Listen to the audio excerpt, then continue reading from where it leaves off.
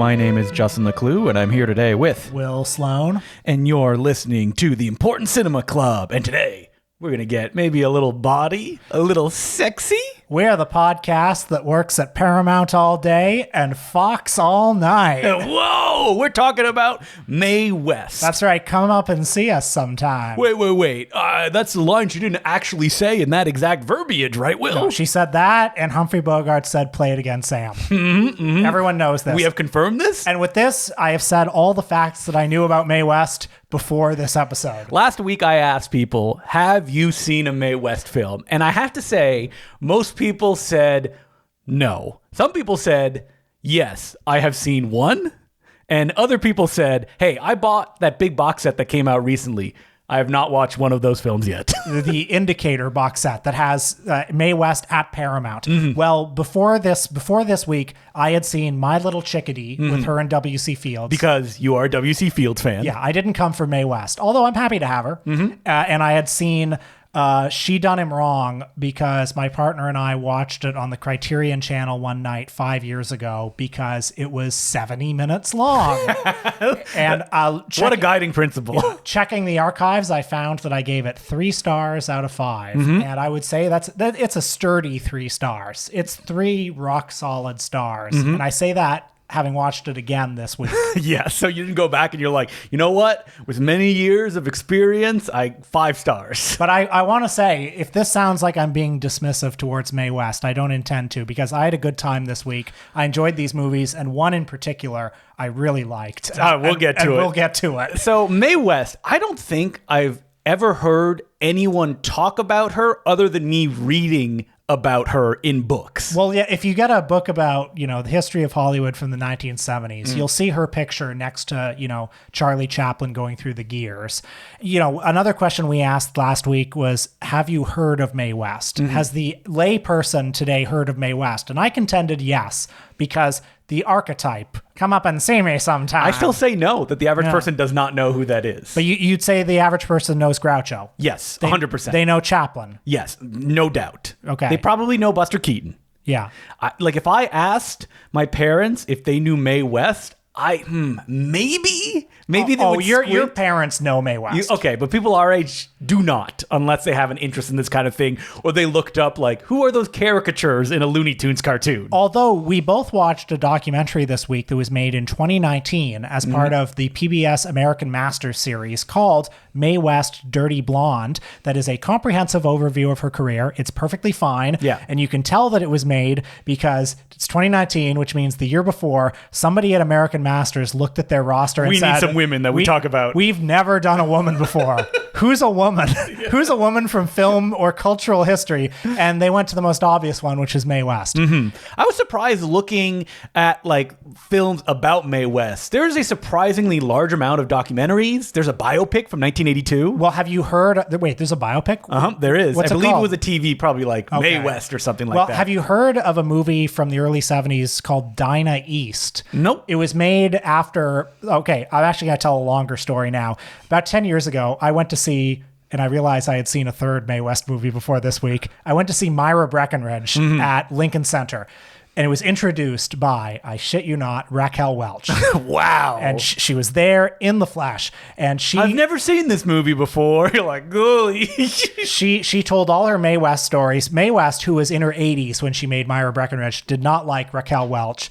Was obviously very threatened by Raquel Welch, didn't like the younger, really pretty actress who was in the movie. And Raquel Welch, who at that time, and I'm saying this with love because I think it's cool, looked a lot like Mae West as an older person. When she was on stage, yes. Yeah, at Lincoln Center that day, was telling this story and, full camp, and I love it. But one of the stories that she told when she was there was that when she got up close to Mae West, she thought, is Mae West Is Mae West a man, actually? Okay, well, yes. This is a common urban legend about Mae West. I told my parents that she told this story, and my parents said, oh, she was saying that back in the 70s, too. So Raquel Welch was? Yeah, and Dinah East is a movie about that. It's a movie about that rumor. So check that out sometime. Why do you think a rumor like that propagates? Is it just because, like, this woman's on screen, she's very sexually forward, but she isn't conventionally beautiful? So, all right, let's throw some stuff into here. Definitely, but also the fact, like, Mae West, she straddled the line between kidding, not kidding, right? As we learned in the documentary, she was 40 years old when she had her first big movie. You know, as people will say, she wasn't, how do I say this in a nice way? Conventionally attractive. Well, not in the way that Yes. Marlene Dietrich was. And she really played up the sexual element. And obviously a lot of people went to her plays and her movies for prurient reasons. I mean, her first play was called Sex. Yes, but also she played it up so much. She was so camp. She was so ridiculous. You know, it's telling that much of her cult following over the years has been sustained by gay people. Yeah, well, when we talk about, like, do people know Mae West? I think one of the kind of contributing factors to me asking this question is that none of her films are classics. Yeah, well, She Done Him Wrong is the one that, like, people know. But I don't think most people would hold that up as like, ah, man, this is a 5-star banger. yeah. I mean, I was going to say you could say the same about W.C. Fields, but that's not true. Incorrect. That's not true. Yeah, Some the of bank his films stick. are classics. Yes. But like W.C. Fields, she's somebody who, you know, one individual film is not as important as just the persona. The persona, yes. And that's why once that persona is not public or she Not goes in on talk circulation. shows, that, you know, the value of it kind of dissipates a little bit. Well, let's talk about her past a little bit. The fact that, you know, she got into vaudeville as a young child. She loved it. She, you know, like the Marx Brothers, she had a stage mother who loved her. She was the favorite child of the stage mother and was really pushed into vaudeville. And the sense that I get from watching the movies and hearing about, you know, her time in vaudeville is, and I'm trying to say this as nicely as possible as well, there was no like one thing she was particularly talented at aside from creating the persona of Mae West. Well, she was very smart in that, like, her first play being called Sex and being about, you know, the sex industry. And it was not a comedy, really. It was mostly, from people who saw it, a drama, but it was meant to stir up. And when people wanted to censor it, then more people wanted to see it. Right. Before that play, which was really her breakthrough, she had been in vaudeville for years and she gained a reputation for her shimmy dance. Oh, man. And this reminds me... This is like a real, like, I guess I had to be there. This reminds me of that episode of The Simpsons where, you know, is it Krusty who's talking about his early days in vaudeville and he's like, you couldn't say pants on TV back then, so I was canceled. Yeah, because, like, Mae West, she sings in probably all the movies that we saw. Not well. And well, I shouldn't say that. She sings with character. But she just kind of stands there and does it. She stands there with her hand on her hip. Yes, and she kind of seems Like to nobody's business. look in every other direction, almost as if she'd rather be doing something else. Well, her screen presence is... I mean, Sardonic. I think she's very much in control of her instrument. I think there's a limited number of things she can do, but she does them extremely forcefully, and she knows what she can't do. Mm-hmm. So what she does on screen is she has a couple of poses that she does. She has a particular like kind of patter, and the 1930s in Hollywood, you know, the pre-code, if you will. Well, yeah, but the early sound years was rich in, you know, because I guess sound was a novelty. It was a rich period for these movie stars who had very unique and distinctive voices, not like the British sounding stage actors that they brought in at first. The ones who really caught on were people like W.C. Fields, Groucho Marx, people with almost abrasive, easy to imitate ways of speaking. And she had that. She had, you know, you all know what the Mae West delivery sounds like. You know, it's the same pattern. No, I think that people don't know what the Mae West delivery sounds like. So she gets courted by Hollywood. She has not. And she spent time in jail too. Well, 8.5 days. That's like Bela Lugosi going to rehab, and he's like, I just want press to know what's going on. Because she could have paid a fine, but she said, no, I want to go to jail. I'm gonna go to jail. Yes. Come up and see me sometime. Her real voice was just like, hello, how's it going? But, you know, she put a voice on. Hey, why don't you come up to my hotel and you can put your penis inside of me. No, that's the thing about Mae West, is that she was never never that like dirty. It's all about double entendre. That's what I'm saying. That's your porno version of it. How about you come up and I'll... All right. That's enough. That's enough. You know that one line. So she was in a movie Night After Night with George Raft, and everybody who saw it, she stole the show. And when you watch clips from it, we didn't watch the whole movie, but when she's in it, actually seeing clips from that movie illustrated why she was a star more than anything else for me, because she comes in and she's like a tornado. And I said that she wasn't talented at any one particular thing, but that's not true. She was very talented at talking on the screen. She was very talented at talking really fast and really wittily. And like she would say that when she was on screen, she was controlling every element. There might as well not have even been a director because she mostly worked with hacks. Okay, yeah, this is another thing about that documentary we watched. Yeah. It's so 2019 to the point of like, okay, like tell me that she wasn't great at something. Like at every point, their take on why her career declined was that, well, you know, she demanded so much control. She was just too much of a perfectionist, and Hollywood didn't want to work with her. Or maybe it was because, you know, her star had kind of peaked as a big screen actor. Right. Okay, we'll get to that. We both watched She Done Him Wrong, which was her second film, her first starring role. First 50 minutes in, I'm like, where's Mae West? When's she coming into this movie? Oh, but when she comes in, does she not?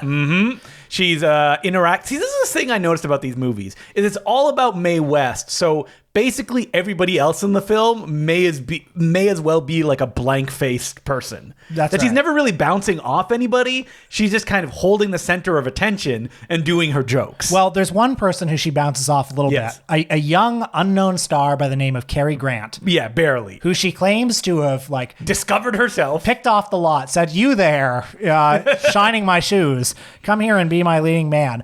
And you know, if you want to understand why this dynamic, why this movie was successful at the time, just imagine, you know, she's the sexually forceful one. On this handsome young man. She's the proto MILF, and she's turned the tables of traditional gender roles. She has a bunch of witty one-liners in this, like, you know, you got to learn how to play man's game. I can't do an imitation of her. Oh, I can do an imitation of her all night. Come up and see me sometime. No one can see Will is actually like putting his hand up, which is not something she does in the movie when she says that line. Well, I'm doing it now. But the plot of this movie is that she's a nightclub singer. She's a nightclub owner. Everybody at the nightclub loves her. Oh, I mean, this is a constant in all of her movies. Everyone loves her. And it's an interesting tension because, you know, we're told that, oh, she's a bad girl. But morality is such in this world, as I see it, 99%. Well, they've all had sex with her. Yeah, That's what the film indicates. Every single one has had sex with her, except for Cary Grant, who's this like kind of fuddy-duddy moralist who's eventually going to tame her by the end. Yeah, they get married, spoiler alert, and that's how it finishes up. But how about that scene where she goes to visit someone in prison and she goes from one cell to another, and at every cell they're like, "Oh, Lou, you got to help me," or "Oh, Lou, remember me, your old pal?" And it's like one by one. I love how she reaches the last one and the guy's like, "You'll always be mine, right, Lou?" And she's like, yeah. And it's like, buddy, didn't you hear her talk to everyone else in the other? Every single person in the prison she's had sex with. And I think that's great. I love that. it. Very Yeah. funny. Yeah. And so this movie, she coasts.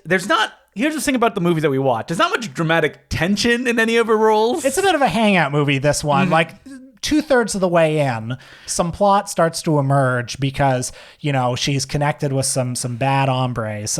She's some mob type people. Are you trying to tell me that director Lowell Sherman didn't bring the juice? The director of Morning Glory, Born to be Bad, the Greeks had a word for them? I think Lowell Sherman does a perfectly fine He's job. fine. He plants the camera and she sort of does her thing. And I guess my question for you was, were you able to hook into this movie? You said, I think earlier, that you kind of had to be there. Yeah. Could you enjoy Mae West in this film? She has very witty one-liners. I wish the movie around her was supported a little bit more, and that her persona, I don't think is as strong as, for example, the Marx Brothers, where they are so chaotic. They are kind of directing the scene, while Mae West is basically doing a stand-up act at a kind of level that is not propulsive. Well, yeah, she has. I said earlier that she's in control of her instrument, and she is, because like her subtle facial expressions, you know, she's not a million miles away from Buster Keaton. I think she's thinking of sex. Yeah, well, yeah, but like when she's like she looks somebody up and down, you know, she's able to convey the like, yeah, I just looked at your penis without saying it. Although she should have. Yeah. She should have said that. I just looked at your penis. You're gonna create an AI of Mae West, and you're like, she's gonna be explicit the way that I've always wanted. But I do think there might be something gendered here because we watched that documentary and it's full of talking heads of, you know, female critics who talk about how these movies were empowering at the time and can still be empowering today. Yeah, they're like, you know, Mae West, I don't think saw herself as a feminist, but she was in power in these movies, that she was the one directing what was going on in a way that women didn't tend to do in such a forceful way as she does. And to what extent do you see somebody even today in a movie who's just like, yeah, I fucked everyone at the prison and I think it's great. And she's not a joke in She Done Him Wrong. No. It's not like, oh man, can you believe this? As we said, everybody loves her in this film. Now, can I also ask, do you think the male audiences who saw this movie were turned on by it? That's a good question. I'd have to say, yeah, probably. I think they probably were. Yeah, you know? because who's doing this on screen at this period of time in these live action movies? Now, I want to say one. I said live action movie. This is like, but the sexy animated films, that was different. They all saw that one, Ever Ready, Hard On, and Buried Treasure. Yep. Go look it up if you don't know what that is. But to give you just an example of some of the dialogue in She Done Him Wrong, there's a scene where not only do all the men love her, all the women love her too. She's a pillar of the community. She helps everyone. And there's an early scene where there's a woman with her daughter who like thanks her for something she's done. She says, "You're a fine woman." And Mae West says, "Finest woman that ever walked the streets." Now, the clever viewer will be able to say, "Woman walking the streets, streetwalker." Oh, and the audience is like, ah! and then boing. Yeah, that's right. That was the pornography of its day. Or people were just whacking it in the aisles. And I actually do big movie palaces. And I can imagine, you know, lest I sound like I'm laughing at the past, I can imagine like a certain erotic frisson that people would experience watching like those scenes where she's flirting with Cary Grant. I mean, even just like look at the poster. That is supposed to be an erotic poster of Mae West with her eyes closed, kind of like looking towards the person looking at the poster. So it's all there, and there is clearly a sexual, like, you know, power there on screen. Now, I feel like we've already covered I'm No Angel, because it's kind of the same movie, except it's longer. It's got more plot. It's also got Cary Grant in it. In this one, she's a lion tamer, folks. A lion tamer. Really kicks it to the next level with that. I mean, under the hand of director Wesley Ruggles of No Man of Her Own and Roar of the Dragon and Are These Our Children? Oh, also Cimarron, the Best Picture winner. Cimarron. Your favorite Best Picture winner? I'm looking here that the poster of Are These Our Children, it says Wesley Ruggles Drama of the 20th Century. Man, his name was just pulling them in. Cut to 10 years from now. We're doing an episode on Wesley Ruggles.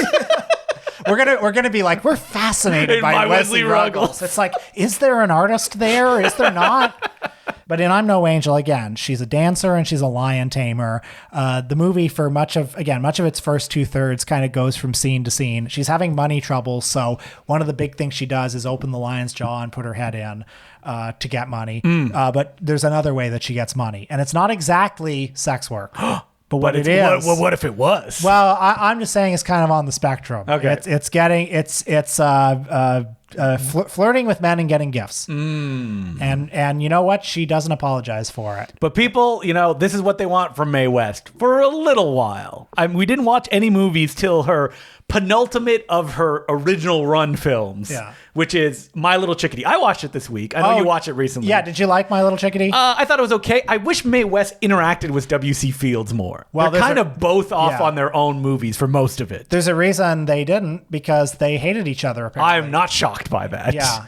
And that I like their energies together, and every scene where they were together was fun. W.C. Fields is doing his thing. Mae West is doing her thing. There is a scene with her in My Little Chickadee that I really like, which is her leading that classroom. You know? Yeah, that's a funny scene. Although even by the time of My Little Chickadee, which is the late 30s, there's something in her energy that's different from the early 30s, which I think just comes from the fact of being in a different time of her 40s. Do you think it's like a lack almost of like danger that when she was on screen early on, it's like no one has seen this before and it's been muted by this point? Well, I think you can only sustain surprise for so long. Now, when you read about Mae West, when you watch the documentary about her, everyone says that the reason for the decline was 1933-34, the production code starts being enforced. Censorship really comes in, and so she had to be tamed. She made a movie called Klondike Annie, where she finds God. Nobody wants Klondike Annie. You know what? I watched Klondike Annie, and I kind of liked it. Yeah. Raoul Walsh is directing. It's kind of in an adventure framework, so it was pretty fun. But you can tell they're trying to move her away from like straight comedic stuff. And that, like, the comedy, even in the two movies that we mentioned before, they're mostly dramas with her being a comedic element in them. Yeah. And that, like, the big out and out comedies, I guess she probably did them. Go West, Young Man, Going to Town. I haven't seen both. When I say them out loud, hey, those could be read as sexual innuendos. But I think her career, like, she had basically the same kind of career that, you know, the Marx Brothers had, or any popular comedian of the time, where they have like 10 years. And maybe she didn't quite make it to 10. She definitely was defanged by the censor. But comedians I think it's typical of movie comedians in general. Like, they're really surprising out of the gate, and then they coast a little while on the public's affection for that initial surprise. But I think because, and I mean, they even said in the documentary, she was so egotistical, she wouldn't allow herself to be kind of pushed in any other direction to, use her skills in, let's say, different ways than you would expect. So there is kind of an expiration date on that. Well, there's a little bit of a Steven Seagal-ish quality to somebody who will only do a certain kind of thing, Which brings us to the final film that we watched. So for a long time, after the early 1940s, she's basically done as a big star. Well, but she does stage shows. She goes to Vegas, and she's huge in Vegas. And her shows, she was her Carrot Top of the day. She played to audiences, a lot of audiences of women, actually, because she would have stages full of muscle men. And by this time, she's in her 50s, her 60s, her 70s, and she still looks like Mae West. And it's full on camp at this point. There's kind of no ambiguity about it anymore. It's camp. But then by the early 1970s, the cycle of nostalgia comes around. Myra Breckinridge, which is tapped into that cycle of nostalgia. Everyone's talking about Myra Breckinridge. Myra Breckinridge in the early 1970s, it's like there's this new freedom in Hollywood. And if you've seen the movie, have you seen Myra Breckinridge? No, I don't think I have. It's bad. Oh, I know it's bad. Yeah. Yes. I find it like, it's difficult to find someone defending that movie, even as it's so bad it's good level. Yeah, exactly. It's never caught on really as a cult movie. They've tried. Yeah. They even did a big special edition DVD back in the day, and nope, no luck. But that's a movie about like the subtexts lurking in years and years of Hollywood history too. But what if we made a movie that had no subtext? What if Mae West, she could just do it like she used to? Is it possible, Will? Could my dream come true? What if I told you that she did it better than ever in 1977's Sextette? Now, Sextette, like, I was reading the production history of it. So, and like my mouse went agape when I saw like based on a play by Mae West. Yeah. That like they supposedly took a play from like... They took Sex, her original play Sex. And I have no idea how much it has to do. I don't think very much. Yeah. Because like originally it was a drama. And this is more like a farce, essentially. Now, you were talking about the director of these movies. What if I told you that director Ken Hughes previously gave us Chitty Chitty Bang Bang? Oof. I mean, a favorite of yours. I love clicking on who directed these movies and seeing what else they've done. Well, he came in 2 weeks before they started shooting because the other director left the production. Couldn't deal with Mae? Probably, yeah. And so this guy comes in. I mean, he's used to controlling behemoths, the Chitty Chitty Bang Bang car. Yeah, so. He's also one of the directors of Casino Royale, the Woody Allen one. Yeah. That's how people describe it. The Woody Allen one. That's how I describe it. I mean, the Peter Sellers one. But Sextette, I mean, I went into this week with the received wisdom about Sextette. Oh, the worst movie of all time. One of the worst movies of all time. Complete embarrassment. That's what I thought I was in for. And I'm not saying that it's not that. But isn't it exactly what anyone going to see this movie would want? Well, I couldn't believe, I looked up some of the original reviews from the 70s, Yeah. and they qualify as elder abuse, I think. Mae West seems to be having a ball in this movie. The original reviews are so cruel, and they basically come down to like, all right, put it back in, Grandma. That's what it's basically comes down to. Because Sextette is basically like, what if Mae West, right in Hollywood, just made a movie? But the Mae West here is 87 years old. Yeah. But the movie never acknowledges this. That's right. And it is a comedy. It's a full-on, like, Dom DeLuise is in it. I mean, man, that cast list as it goes on, where it's like Timothy Dalton in one of his first like big screen roles. Timothy Dalton, I mean, isn't it amazing that there is a man alive today who was one of Mae West's leading men? Yeah, as you said, Dom DeLuise, Ringo Starr. Ringo Starr, Tony Curtis, and George Hamilton all play her ex-husbands.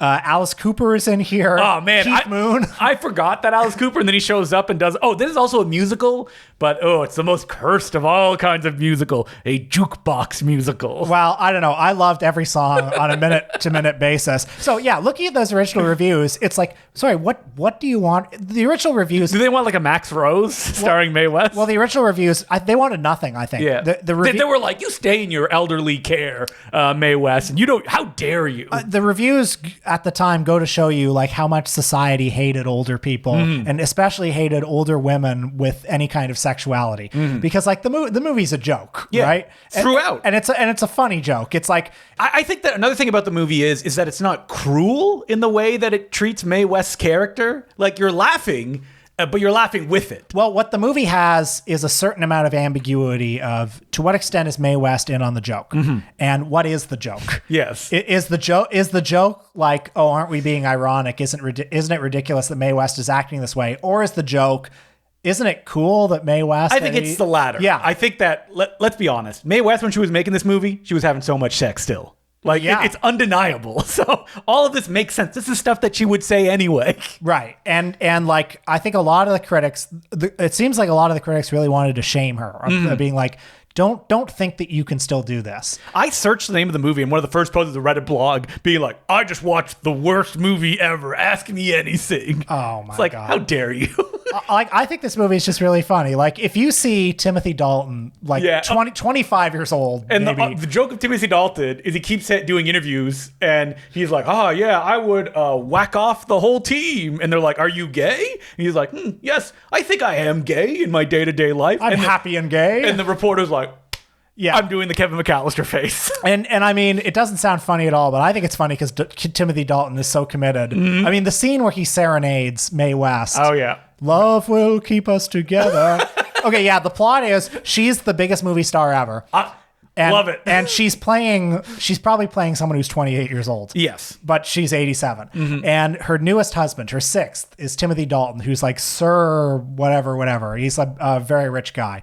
And, they're going to their bridal suite. And the first 30 minutes of this are just nonstop alluding to the fact that they're about to have sex. Yes. Just nonstop like, well, my dear bride won't need any of her clothes this weekend. And the driving MacGuffin of this movie is that Mae West has been doing an audiobook of her memoirs, and her agent, played by Dom DeLuise, is like, that can't get out. It would destroy. Isn't her whole shtick being like a sex bot? Yeah, so nothing about the plot manages to, and then nothing holds, She's like, oh, you better get rid of this tape. And the tape gets like taken by a bird that lands in a cake, and then a javelin thrower, and they're chasing after this tape. And it amounts to nothing. And at the same time, in this same hotel where they're having their honeymoon, there is like a world peace accord happening. And Tony Curtis is one of the people who needs to agree to it, but he won't do it unless he meets his ex-flame, Mae West, one last time. That's right. Ringo Starr, all these husbands are coming in and out. It's a series of scenes,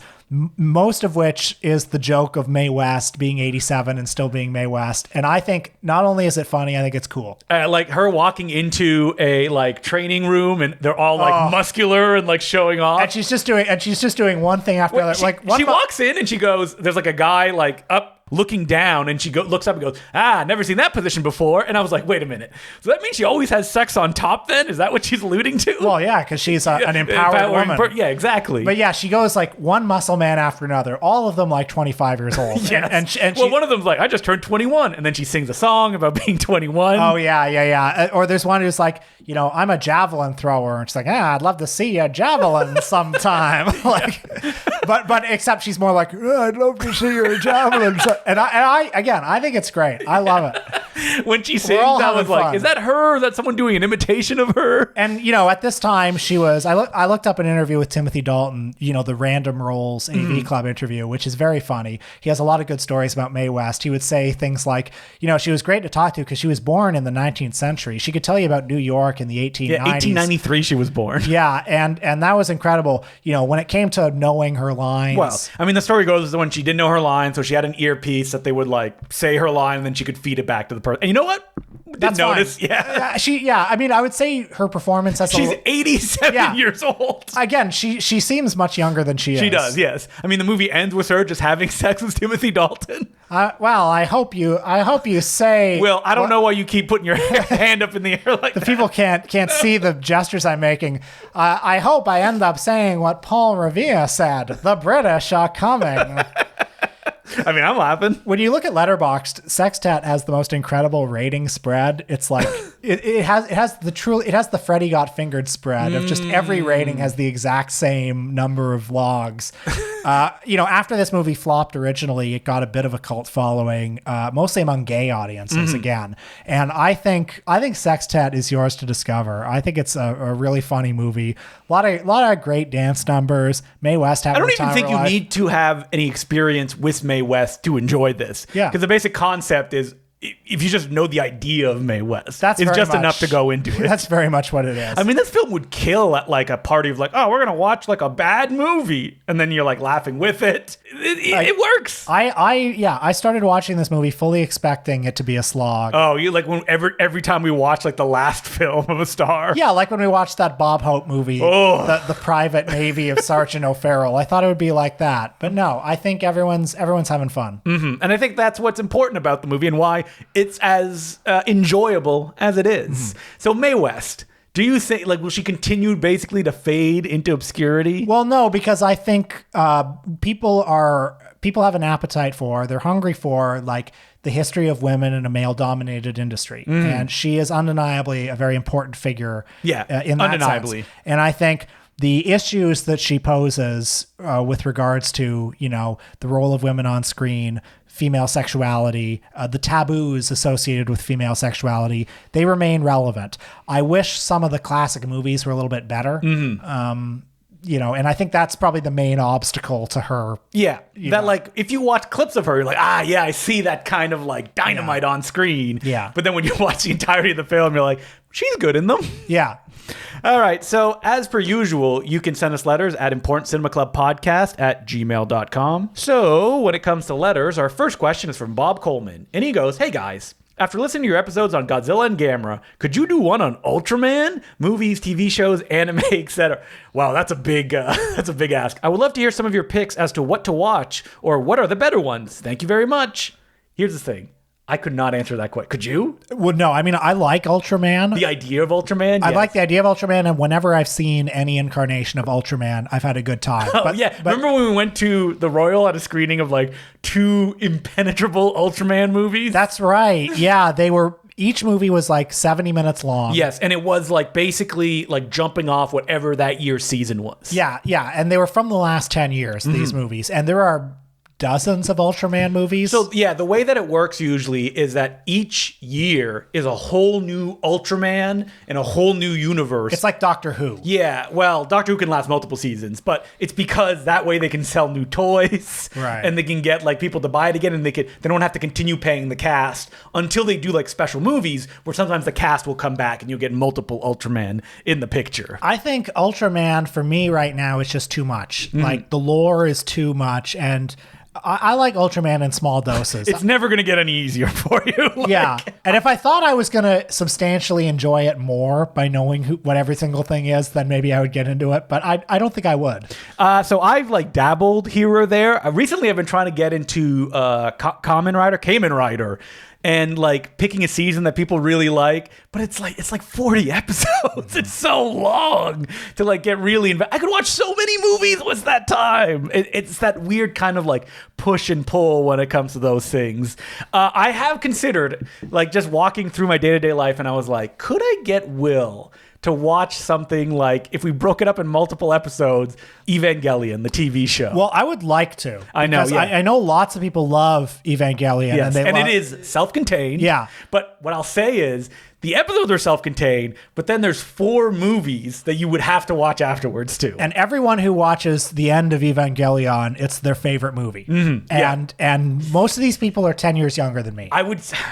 I'd be curious what your reaction was, and you would have to take it in good faith. I would. Is that like, end of Evangelion is for depressed 17-year-olds. That's who that movie is for. Okay, color me intrigued. Yes. And what's interesting about that film series is that over like decades afterwards, they rebooted the series with movies, and the first movie is basically just a remake of the first few episodes, but then it kind of goes in a different direction radically. And I've heard people who love that series say, I don't like the movies because it almost makes me feel bad about liking the depressing, because the movies are basically like, grow up, like go outside, stop being obsessed with this, like you need something else in your life. So it's interesting to watch it and like in that direction. I don't know if we could do like Patreon episodes. I don't know how I would approach it. We'd have to break it in. We could not do like, we're doing one episode on Evangelion, because that's too much to ask from Will. Yeah. As commitments go. But let us know. And I would like to know to our regular listeners, if you are like obsessed with Evangelion, what you think you would get out of us talking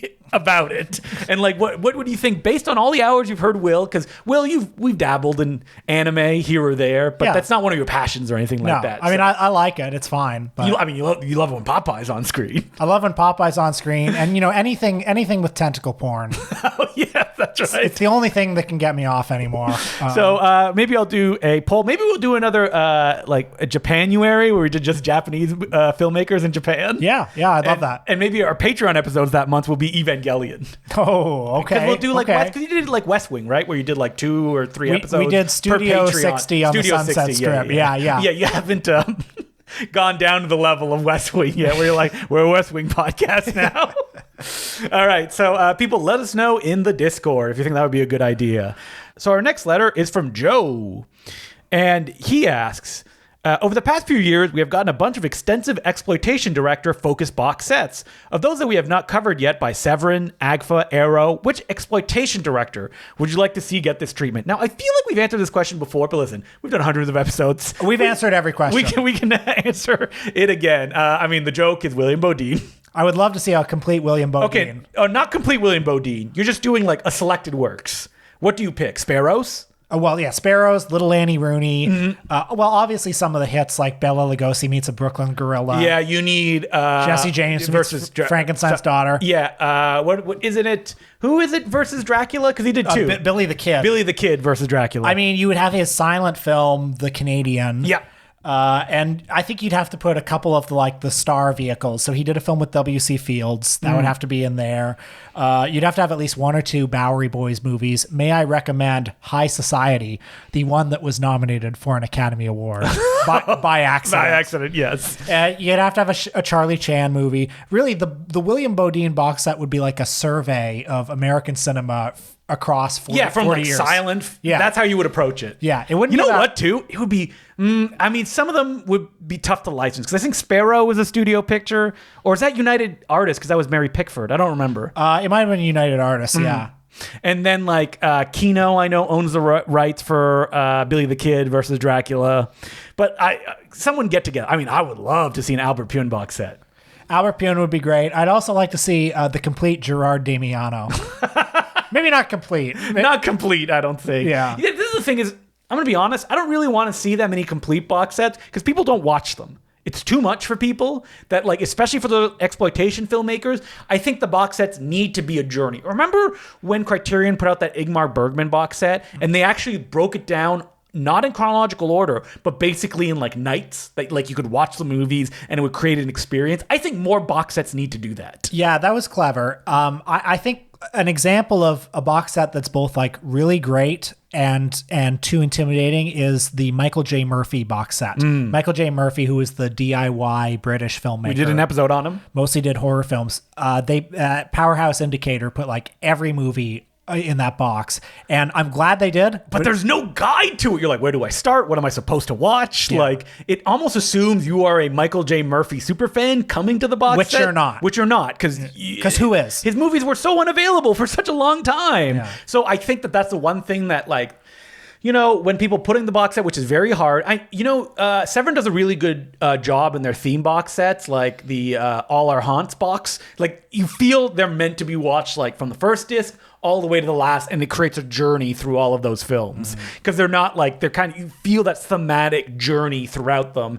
I like that. I wish more filmmakers would do things like that. Someone was recently saying that they would like to watch everything on the Golden Ninja video discs, and they're like, I don't know if I can make it through all the Three Stooges stuff though, because I think we put all of the interstitials from the cartoons, the live action segments. Oh, well, I'm in heaven when I watch that. We should have done a commentary on those interstitials, just riffing for like an hour.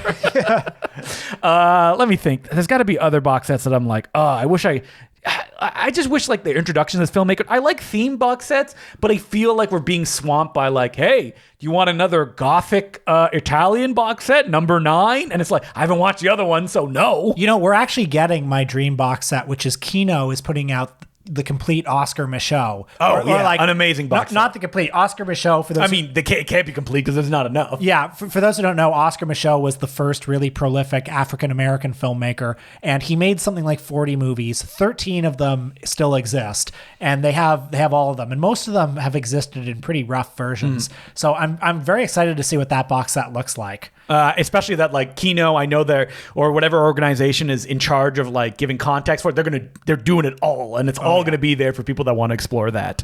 Maybe we could even do an episode where we talk about like what our box sets would want to be, because I feel like that could also be a guide to people who want to discover these kind of filmmakers. But off the top of my head, that's all. I'd have to look at my shelf and be like, all right, would I like represented? I mean, at the end of the day, it's like we are in an era of riches where like we have an Al Adamson box set, we have a Ray Dennis Steckler box set, we have a why can't I think of his name? Bloodthirsty Butchers. Oh, Andy Milligan. Andy Milligan box set. And I hear the last two did not sell very well. Well, shame on you people for not buying them. I mean, can you imagine buying the Andy Milligan box set and not knowing who he is? Going in with no context. You would throw that first movie on if you're just like a casual film goer, and you'd be like, what the heck is this? That's what happened to me when I watched Bloodthirsty Butchers, which was my first Milligan. But would you like, I want to know more? I want to know more. I think most people would be like, this doesn't look like a 70s exploitation film like I know. Yeah. Maybe they need to bring back the like, hello, my name's Tony Curtis. And they like someone doing introduction. I mean, there's two of us right here. We'd love to do that. Man, so many of our listeners are so confused at that reference to Tony Curtis. Tony Curtis did these awesome DVD intros in the 90s, these like for public domain movies where it'd be like Tony Curtis and he would have these black gloves on like he was a killer.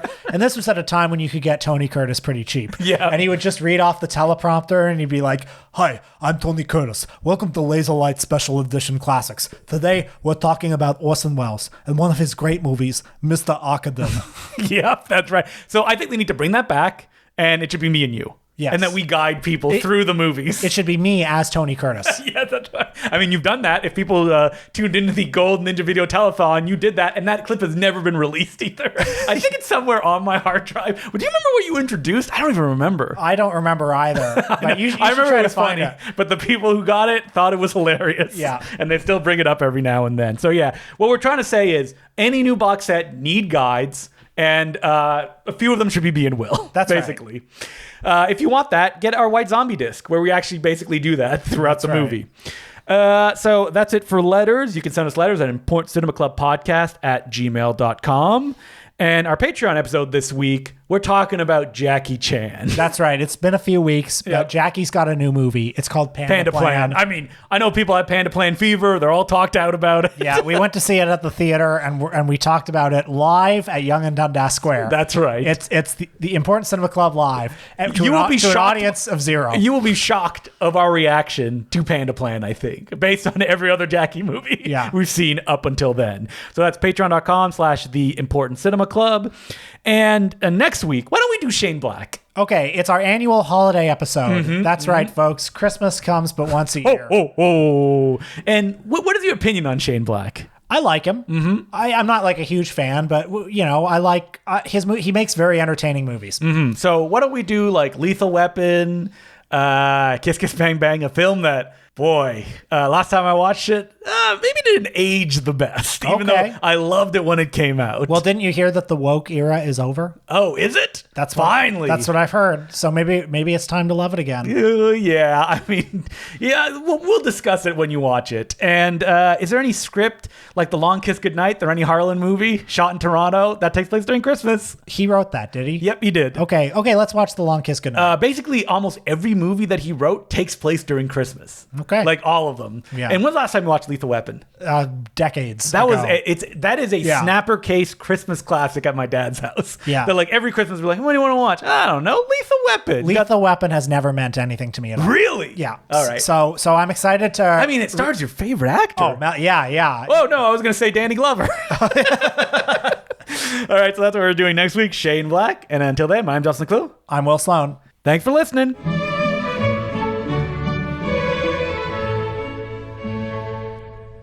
I got a DM from Justin earlier this week. He said, Will, you're going to want to tune into my Twitch stream tonight because I'm showing Albert Pyun's lost director's cut of Captain America. Wait, Will. Hasn't Albert Pyun already released a director's cut of Captain America in 2011? And it's one of those, I saw the woman on the boat moments for you because you saw it in a used DVD store one day? That is true. That is true. I did once see Albert Pyun's self-distributed director's cut, and I didn't buy it. And I should have. You've regretted it ever since. But I have seen parts of it. Yeah, so the director's cut that Albert Pyun put out himself has a few deleted scenes inserted into it, but that's it. So yeah, in 2011 or so, Albert Pyun... Oh, wait, maybe I have to take a step back. And what is Captain America 1990? Okay, if you were watching TV in the 90s, if you went to video stores in the 90s, you remember that there was a Captain America movie, and it looked like Batman, it smelled like Batman. It was not Batman. It was not Batman.